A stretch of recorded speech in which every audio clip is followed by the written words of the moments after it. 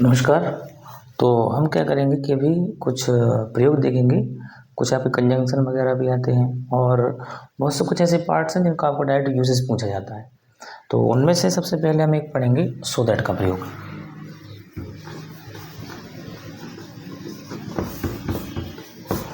तो इसके लिए एक एग्जाम्पल सेट करते हैं हम।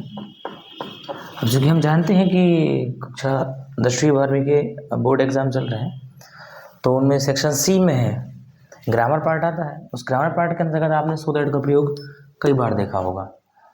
तो हम आपको एक एग्जाम्पल के द्वारा समझा रहे हैं, फिर आपको और एग्जाम्पल देंगे, आप करना। एक एग्जाम्पल है, ही इज़ वेरी वीक।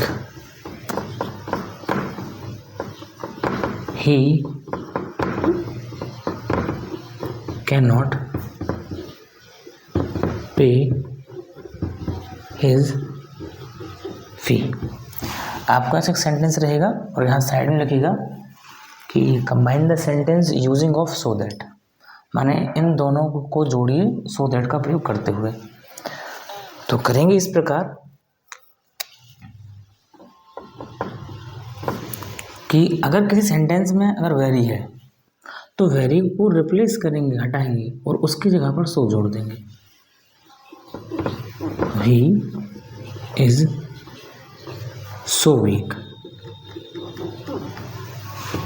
तो किया क्या हमने कि अगर सेंटेंस में वेरी है तो वेरी को हटाकर उसके स्थान पर सो जोड़ देंगे, और दूसरे सेंटेंस में जो फुल स्टॉप लगाए इसको हटा के इसके बाद दैट लगाकर दूसरा वाक्य जो है पूरा का पूरा एज इट इज लिख देंगे। He can not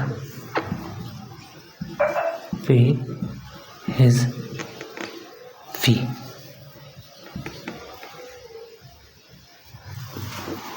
I hope आपको समझ आया होगा सो दैट का प्रयोग। अभी आपको और एग्जाम्पल देंगे इसके अलावा भी।